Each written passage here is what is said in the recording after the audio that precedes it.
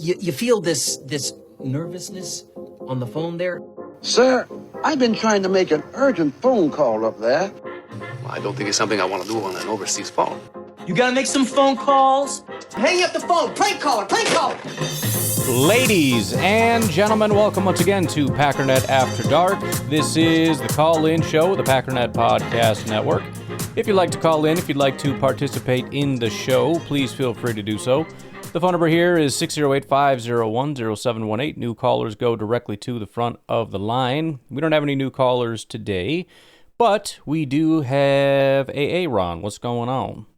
Hey, Ryan. It's AA Ron from Eau Claire. What's up? Haven't called in a while. It's kind of been a busy time of the year for me and my family, so. I get it. But now that some free agency moves are happening, I figured I'd give a call. The free agency signings happened within the last couple of days, and so this is about Aaron, offensive tackle or offensive guard. I can't remember his last name. Thanks, yeah. And then Hobbs from the Raiders, and I gotta say I like it. I'm just gonna say I like the moves. I know there's a lot of people criticizing the moves. I don't think there's anything wrong with the moves, personally. I think there are two positions that help our team. Two positions we need some solid quality play. We don't necessarily, we don't need to change the world with these signings. I think it's just going to help our team. And sometimes people get so into the sensation of everything. Yeah. Like last year, we had Josh Jacobs, and then we had Xavier McKinney, and that was like this big deal. And those were fun moves because they were the big names, and they were, the top names of their position. And so that's fun for fans, obviously. Mm-hmm. Whereas these moves were a little bit more kind of meat and potatoes, like roster building, sort of more on the depth side of things. But, I mean, I don't know. Like, if they turn out to be good, if they turn out to help round out our team, then great, I think I'm all for those kinds of moves. Like, I feel like sometimes the best moves in free agency are ones that are just smart. They just, they make your team better. I don't care if it's a big name or not. And as a Packers fan, and I like how you talk about like these anti-Packers fans, because I think that's such a great way to describe it. I'll call right back. Yeah, I mean, look, last year was very rare in that there were unique players that are absolutely, they can be massively game. I mean, you very rarely get a beautiful opportunity like this, and the Packers were number one in capitalizing on those. Like I said, there were maybe 3 available, and the Packers got 2 of them. That's insane, and I have no idea how the Packers got them. I don't know why other teams didn't value it as much. I don't understand. This year, there's not much value, and the Packers didn't participate as much. I'm very sorry to tell you, I kind of like that. I don't want them to go hog wild in a crap free agency and maybe not do as much when you actually have high value. It's kind of like we've talked about a little bit, like with the draft, where if there's a lot of value at a certain position, the Packers tend to dabble in that. Good. That's what I want you to do. Because that's how value falls, is because there's kind of just too many of them. The picking of that position can't quite keep up with the value. Whereas if there's not very many of that particular group, people start to reach a little bit, and so the value deteriorates faster. They like to dabble when the getting is good. And they don't play as much when it's not. And that sucks. I get it. People are pissed because they want to get better. We need to be better. And we can't get better if you don't do something. But the problem is that's the end of the thought process. We want to be better.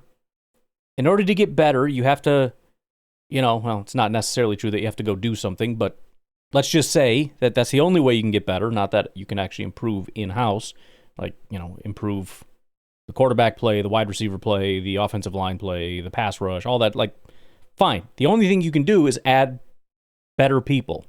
And you didn't do that, and therefore you failed. Okay, but there's a question. Was there even an opportunity to do that? Arguably, maybe a little bit, but not much of one.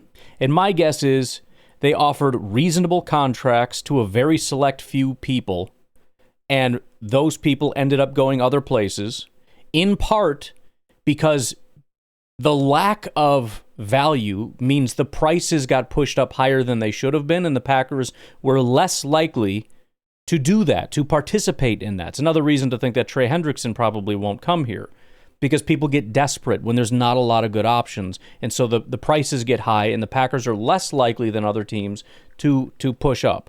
And so they offered, who knows, 10, 12, 15 contracts out there, or and ended up with 2 of those 15, or something to that effect, and are probably still negotiating with other free agents, or at least contacting them. There might be other trade people, whether that's Trey Hendrickson or whether they're off that ship. Maybe there's a couple other people they're talking to. I don't know.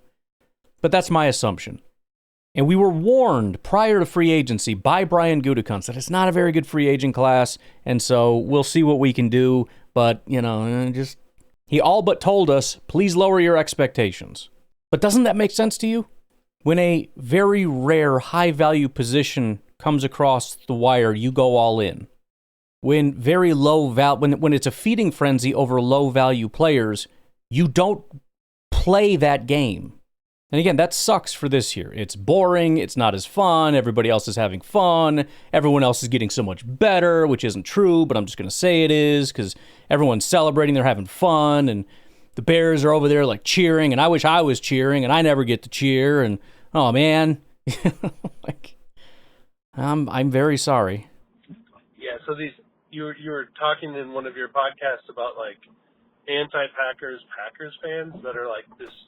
Just angry at the Packers no matter what they do. Yeah. And like that was the stupidest move I've ever seen. And I just think that's kind of, I don't understand it, I guess. I get it if you have criticisms, but at the same time, like, we haven't seen these players play. We're just criticizing them based on not really any quality information. They're just, listen, and this isn't just me saying it, to be adversarial. The answer is very clearly they're spoiled. Because the only thing that's going to make them happy is winning Super Bowls. And they didn't win a Super Bowl, and so they're mad. And that's it. You don't do what I want, and you don't win Super Bowls, and so I'm mad. That is the very definition of being a petulant, spoiled child. So that is exactly what it is. Again, I'm not saying you have to agree with them, but if your criteria is you win you either give me a Super Bowl or I will hate you and say that you're terrible and tell you that you should be fired, that is being a spoiled, petulant child. It turned out to be bad moves. Professional football personnel make bad moves all the time. New York Jets signed Aaron Rodgers. That was a bad move overall in the end. And what did the spoiled children say for the most part? Oh, that the Jets are going to go win a Super Bowl and we're going to get left in the dust, right? But they were wrong. But they don't care. It doesn't matter. It doesn't matter. They don't learn anything. It's just, I don't get what I want, and so I'm going to throw a fit. Devontae Adams went to the Raiders. Not a very good move, football-wise, It happened. Yeah, and again, how did that pan out? Right? Rodgers is the only reason that we're any good, and the coach is terrible, and the GM's terrible, and everybody else is terrible. Okay, well, Rodgers left, the Packers got better, and the Jets were worse than they were the Jets, one of the worst teams in my lifetime, over the course of my lifetime, had one of their worst seasons with Aaron Rodgers. Worse than when they had Zach Wilson.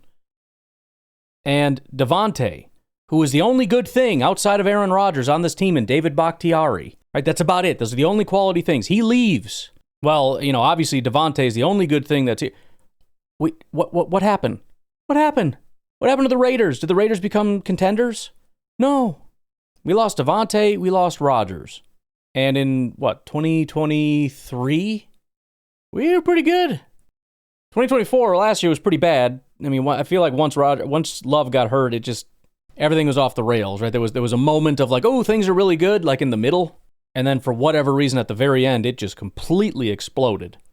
But everything that was right with the world left, and they didn't help anybody become good. So this idea that Rodgers can elevate an entire team and put a team on his back, what happened to that?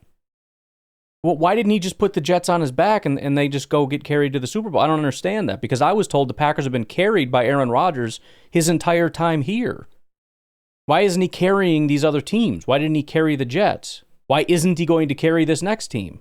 You know why? Because one person can't carry a team like that. There are other things that need to be in place that you've taken for granted.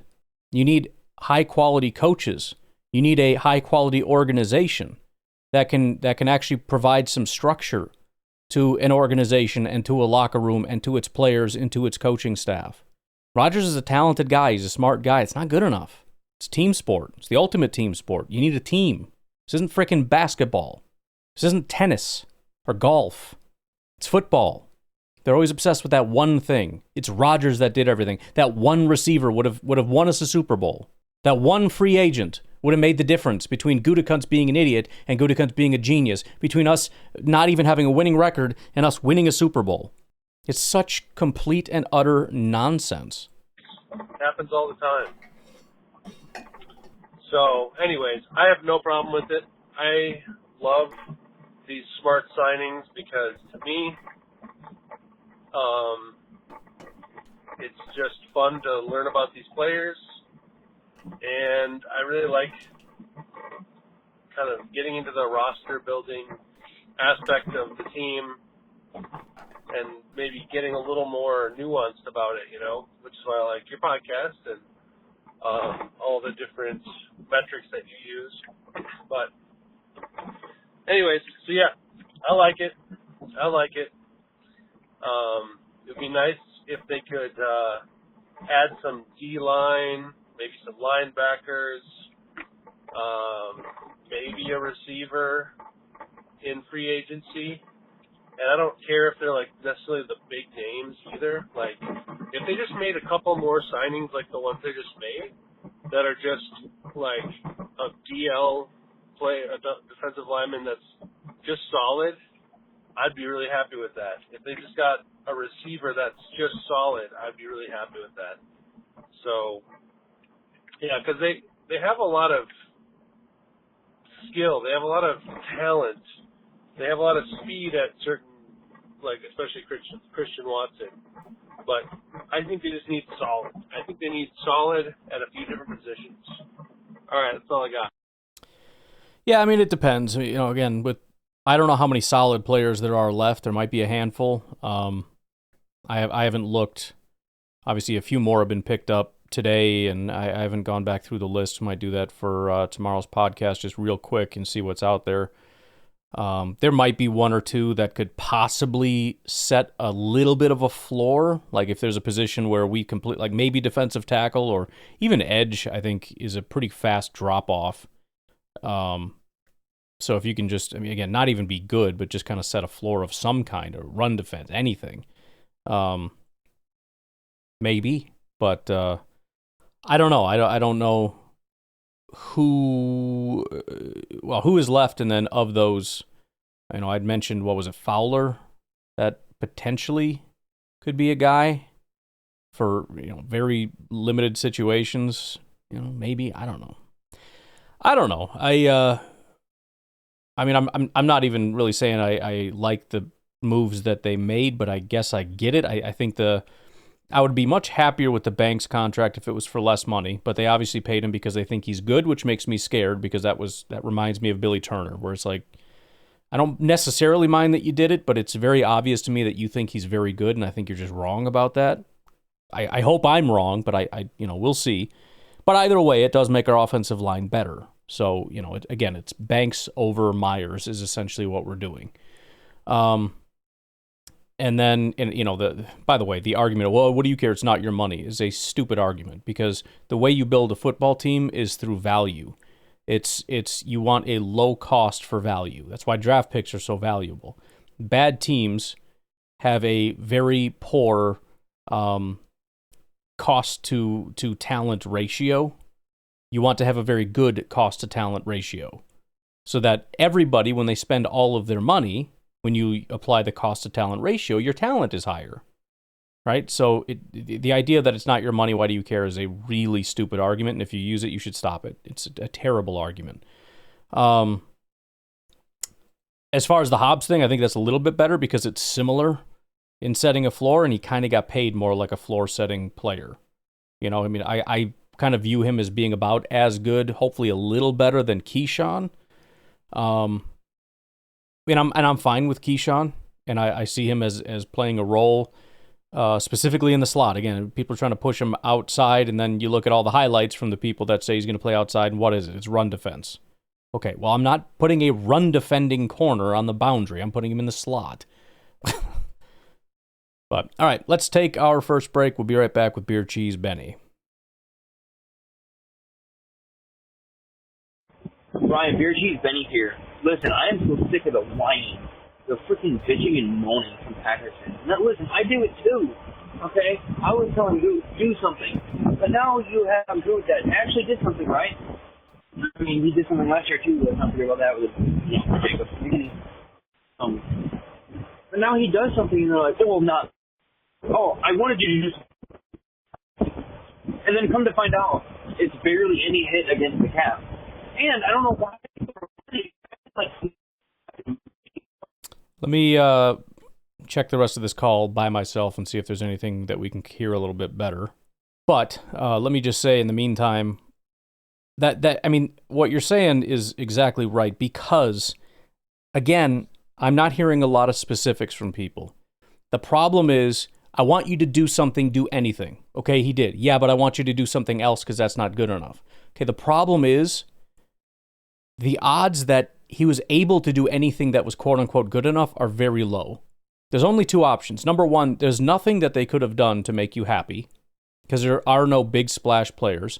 Or number two, you're just wrong about the value of certain players. In other words, there might have been a dozen people that you would have been happy with. The problem is you overvalue them because people told you to, right? The center the Bears got is this elite center.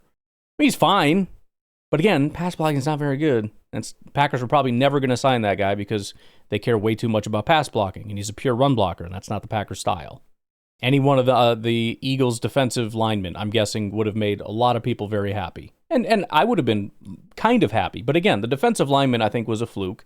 He was actually a very bad defensive lineman, aside from this 1 year where everybody was elevated.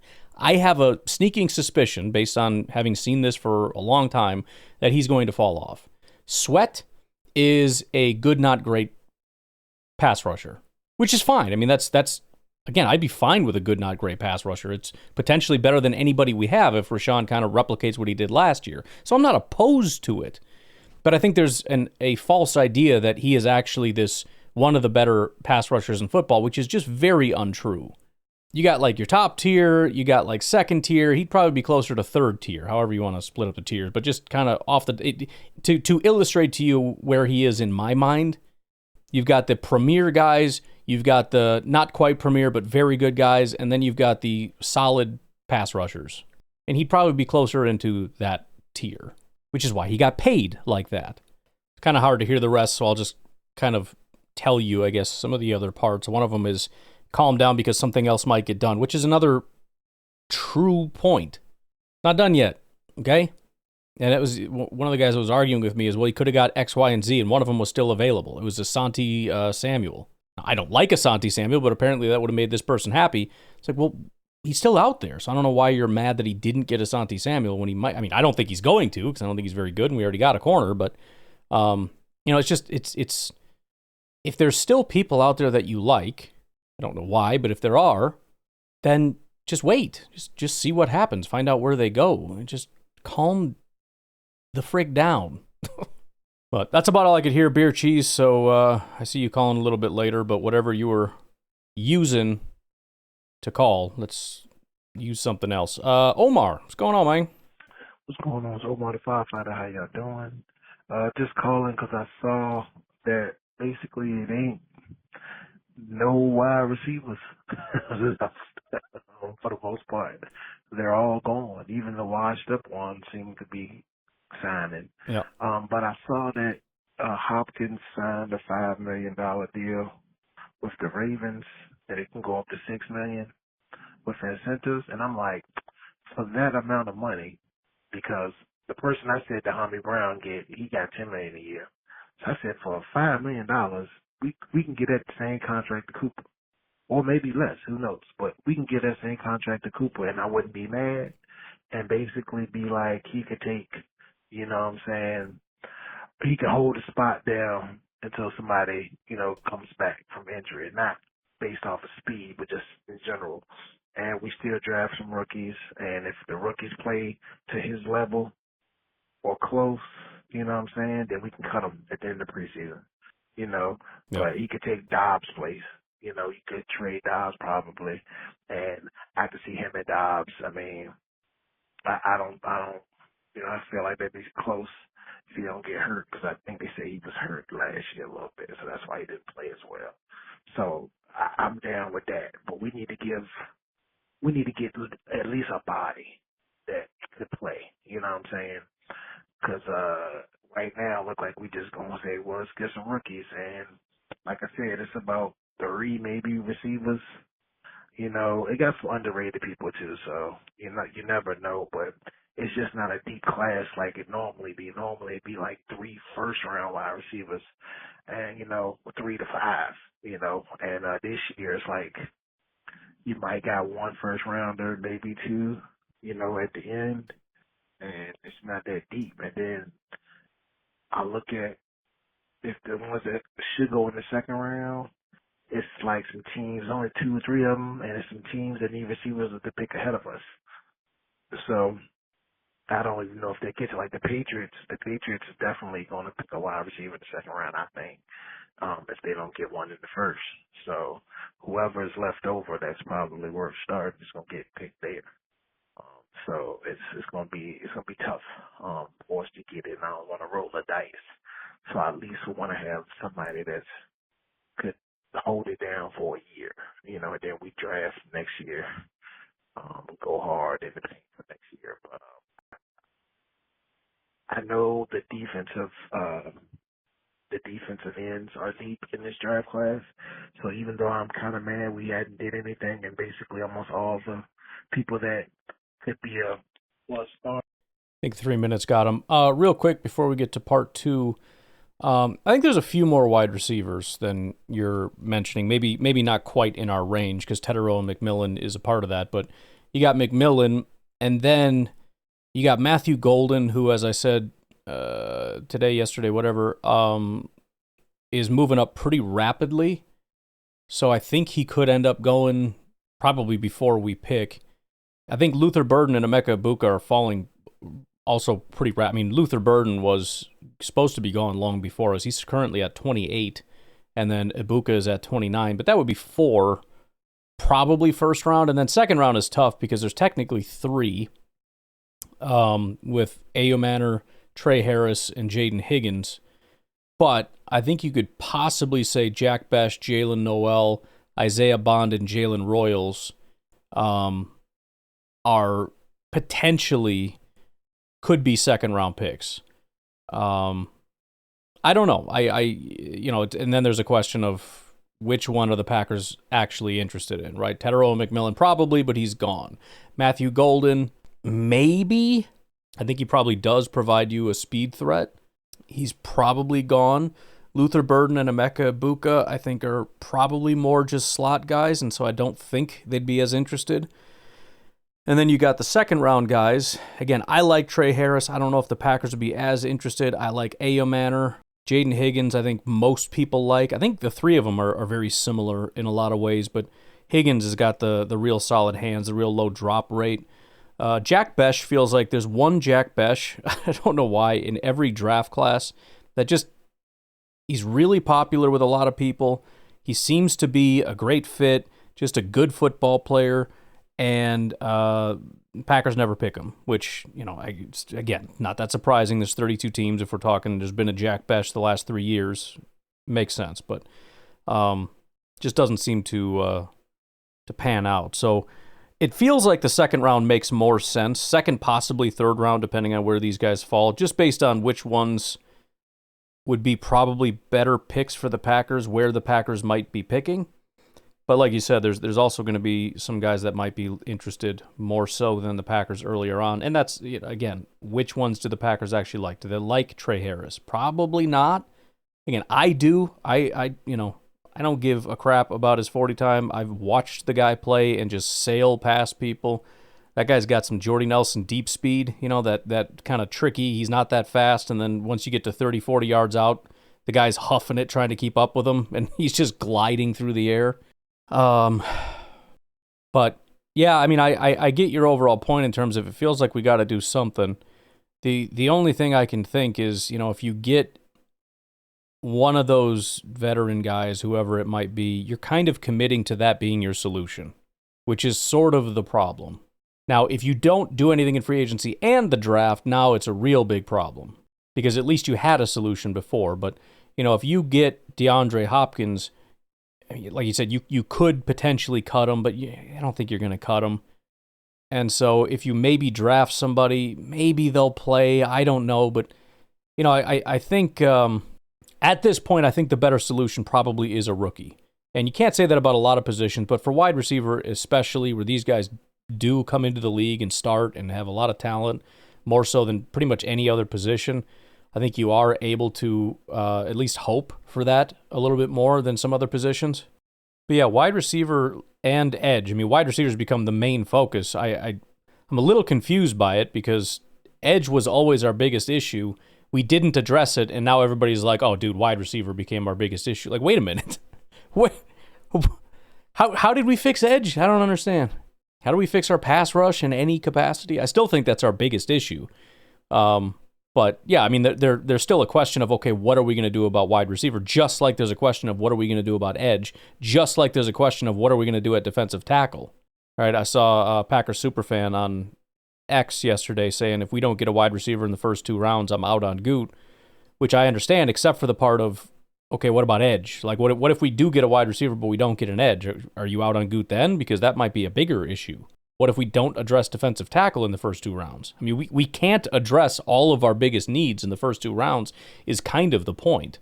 So, everybody can have their own standard, I guess, but, and wide receivers always fans' biggest, like if there's a question of wide receiver, that becomes priority number 1. I get that, but I don't know. I still think pass rush is probably the bigger need for this team, and I don't know that there's defensive tackles that immediately fix that. Edge rusher, you mentioned that there are quite a few, and there are. Again, it's a question of how many of them are of the Packers type, but Jalen Walker, Shamar Stewart, Mykel Williams, Mike Green, James Pierce, Zero Aku, Nick Scorton, Landon Jackson, Jack Sawyer, JT Tuimalau, Yuman Malin, Jordan Birch kind of be in the first 2 rounds. It's quite a group. Again, half of them are kind of the big 270-pound guys, and half of them are like the really small 240, 50-pound guys, which maybe the Packers would rule out. I don't know.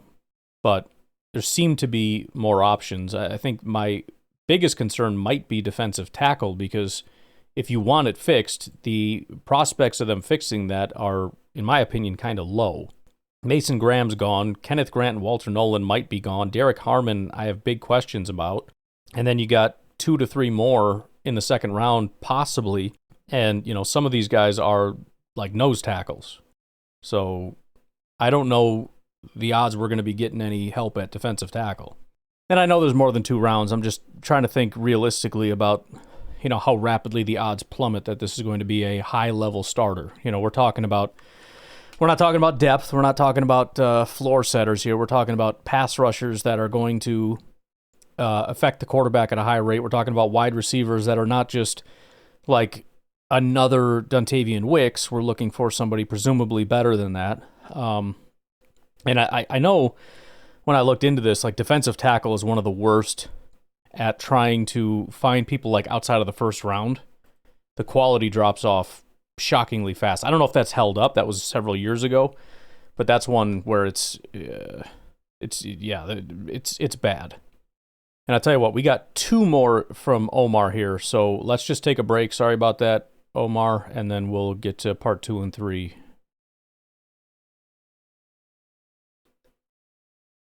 Part 2, normally get to my point quicker than that. My apologies. You're good. But as far as the defensive ends, I know that we didn't get any starter or plus, above average starter. We hadn't signed in, like all of them are gone, and it's a deep class for rookies. But it's a lot because, like you said, most defensive ends don't play good as rookies. I don't know what the average is that end up being what we need, but we need somebody that can be a plus starter. And even trading for the guy with the Bengals, I'm like, he just and I don't want to give up a second for him. I might, if we give up a fourth for him, I'd do that. Yeah, there's no way that's happening. A fourth and Dobbs or something like that. But I don't think they need another wide receiver with the Cincinnati. And I wouldn't want to give up Jair for him. I'd rather just keep Jair, to be honest with you. I mean, at the end of the day, you want to say if he's a bad locker room guy, he'll play hard or get suspended. But at the end of the day, I think he'd be worth keeping. I don't want to give him away for nothing. So, or like I said, trade him for next year's picks. We need something. I don't know. Yeah, left. We're just gonna roll the dice. I hope we hit on some young guys.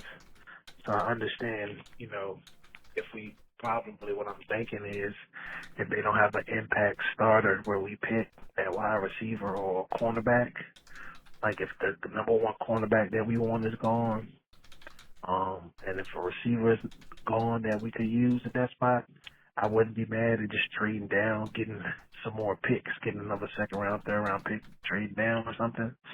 And I don't know, you can maybe look at that and see what the worst case scenario will be for trading down so we can kind of see what's good or not.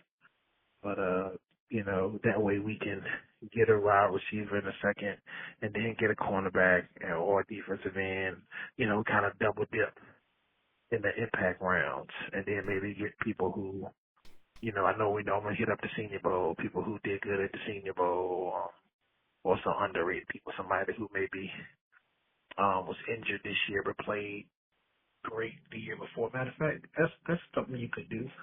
You don't have to do it today, but look up who was one of the best players in college football 2 years ago but got hurt this year and is coming out for the draft. That was kind of anyway. Yeah, it seems like the Packers have kind of had an interest in those kinds of prospects, if I'm not mistaken. There's something weird about that where they seem to target those people. But I'm trying to find, there's a list here, but I don't know that a ton of them are. For example, Harold Perkins would be a decent option, but he's a linebacker, so I don't know that that's anything that anybody be super interested in. Siobhan Revel, technically, he only played 3 games in 2024. Not that that's like a high-value later pick. That would be a first-round pick, probably. He's somebody you could look into. Torrey Horton, wide receiver out of Colorado State.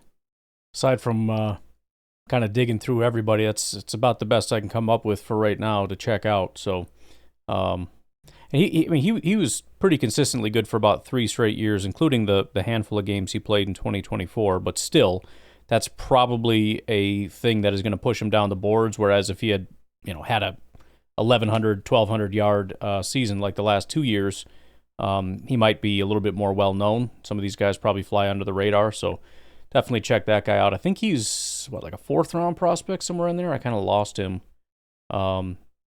He's outside of the top 100, I think. He might be like a 5th-round-ish pick. I don't know. There he is, 115, Torrey Horton, wide receiver out of Colorado State. Kind of a smaller guy in terms of weight. I don't know what his official combine weight was, but PFF had him listed at 6'3", 185. So if he bulked up a little bit, even 190, I'd probably feel a little bit better about it. But I don't know a ton about Torrey Horton. But like I said, if you're looking for that type of a prospect, go ahead and dig into it, see what you can find, see if that does it for you. Hey, I forgot to do a U-turn on my first call. So I'll give you 3 calls since so you don't run low. But I actually thought about this, and I've been meaning to mention this the last 2 times I called, but all the other stuff happened to precedent. But being that there, as I said before, is no receivers left, the market is bare. We has one person left that we could get, and that's Brandon Ayuk. And I know he's injured, and I don't even know if he's ready for the start of the season. You can maybe look that up and tell us. But what you could do is, what the Packers could do is this. They can easily give the same kind of trade for Debo, right? Because the contract is so high. And basically make it like a 5th round, not for this year, but for next year. But that's a conditional 5th round, meaning if he don't play like half the season or something, then it turns into like a 6th round or a 7th round. Or if they want a draft pick this year, like they only do it for draft pick this year, then basically we'll give up our 5th round, right? And we'll get their like 6th round pick. So it's like a pick swap. The Eagles just did that with the Texans, and it looked one-sided. I don't know what trade. It's like the Texans got a real good player. I don't know how the guard that they traded for was, but it's like the Texans needed a guard, and they just traded for somebody who, wasn't as good as what they gave up. But basically, that's our last hope option, is getting somebody who can be like a number 1. And he don't have the speed, so we still need to draft a speed person, but I would feel more comfortable about our receiver room. Even though having another injury, coming back from injury, but even if he's not great this year, like next year we'd be good. Then we draft a number 1 to replace Christian Watson. And then we should have 2 top 32 receivers, you know what I'm saying? Hopefully. But anyway, give me your thoughts on that. Go Pack, go. Yeah, he would be fantastic. I don't know why, not that this matters, but I don't know why the 49ers would give him up. I've said that about numerous teams. I don't know why you would give them up, and then they did. DK Metcalf would be a decent example of that. But if they were willing, I would absolutely be interested. The compensation obviously is a question. Just kind of poking around a little bit. It seems like you're probably looking at like a 2nd to 3rd round pick. I know he got hurt, and that does matter, but Brandon Ayuk is not even 27 years old and has been a phenomenal wide receiver. He really has been very good. Maybe not, maybe not top tier, but 2023, the year prior to his injury this past year, he was one of the top receivers. He had 1,400 yards, 18 yards per reception, 8 touchdowns, 92 PFF grade, 92 receiving grade, 2.65 yards per route run, 2.3% drop rate, 50% contested catch rate. Those might be, career bests or whatever, but even still, his worst year, even this past year where he was injured, he had a 75 PFF grade. So, his career is 15 yards per reception. His lowest PFF grade is about a 75. So, even consistently between like a 75 and 80 is kind of his range, even if the 2023 was a fluke. About 2 yards per route run on average, 5.6% drop rate in his career, which really is not bad, especially for, when you look at what the Packers receivers are doing. 6 foot 200. I mean, he's just kind of built like one of those really solid receivers. He's not big, he's not small, he's not fast, he's not slow. That all the best receivers are just like right in that window. Maybe that's an overgeneralization, and it might be a little bit dated, but like the Devontaes and the DeAndre Hopkins and all that. Hopkins I think is like 6'3", but still they're 4.45 guys, or 4.5 guys, but they're just freaking good. And I do think it solves a problem unless you're genuinely concerned about the injury issues. So, I've kind of put it out of my mind because I haven't heard anything about it in terms of there being any further discussions. I don't know if maybe Debo moving was kind of like, okay, that's enough. We'll hang on to Ayuk, even though I think they knew that was going to happen anyway. So I don't know. I haven't heard about it recently, but it falls in line with what I was saying before about, Trey Hendrickson's the only guy we really know about. That doesn't mean there aren't other conversations still going on behind the scenes.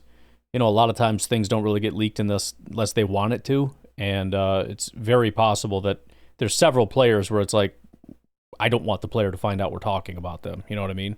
Even though it's kind of halfway out there, you just, you don't want to start applying the pressure points until you need to. And if they're unsure if they even want to move the guy, they might not really want to do that. Although a team could be kind of underhanded about that if, we're not sure we want to move them. Oh, really? Let me leak that you're trying to trade them and then see if we can't get Brandon Ayuk to be a little ticked off or something.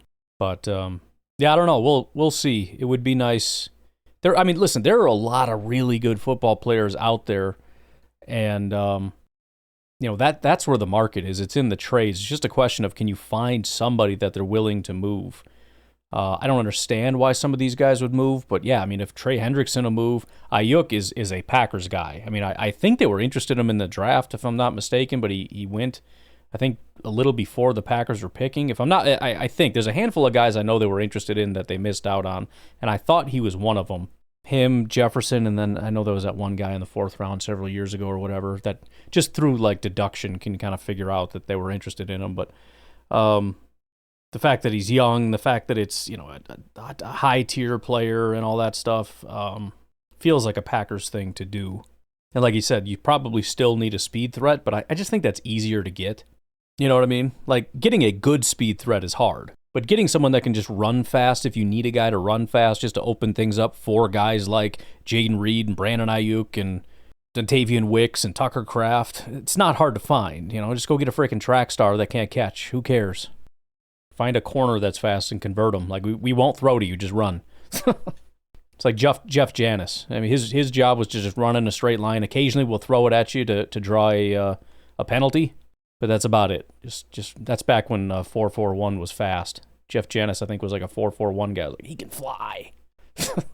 So stupid. Hey Ryan, it's Drew from Green Bay. What's up? I saw C.J. Mosley got released from the Jets, and I was just thinking what you'd think about picking him up. I'm thinking we could get him pretty cheap, and when he has played, I think he played pretty well. The problem is he's just been injured constantly. So the thing I was thinking is we have our linebackers. So the only thing we'd be doing by bringing him in is upgrading. I think he'd be better than some of the middle linebackers that we have. And then if he gets hurt, we can go back to our original plan. And if he does happen to stay healthy, well, then we've just upgraded the position. So I think it'd be kind of like a luxury pickup. That probably wouldn't cost us that much. And biggest thing would be, do you want to use a roster spot on that kind of move? But yeah, what do you think? All right, bye. Well, yeah, I think you framed it kind of perfectly. C.J. Mosley's been a very good player. He had one random bad year. I don't know what happened that year. Maybe he had a lingering injury that he fought through in 2021. But he's been very consistently good. Even this past year, he only played 4 games and was not bad in a single game. His lowest grade was a 68.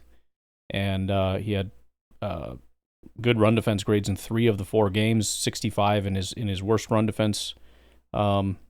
He's more of a run defender than a coverage guy, but he's not even bad at that. As far as consistent injuries, he's only really missed significant time twice. The problem is one of them was last year, and he's 33 years old. So you're probably right that he'd be cheap. And it really just, first of all, let's be honest, I don't think the Packers do it just because 33-year-old coming off an injury, and they don't want to take away from young guys and give to old guys. Generally speaking, they just don't want to do it. And so we've got Quay, we've got Edgerrin, that's locked in. We've also got a third linebacker that we like in McDuffie. By we, I mean more them than me, but them. And so Mosley doesn't really serve a purpose other than to take a job away from somebody that they've already kind of given a job to.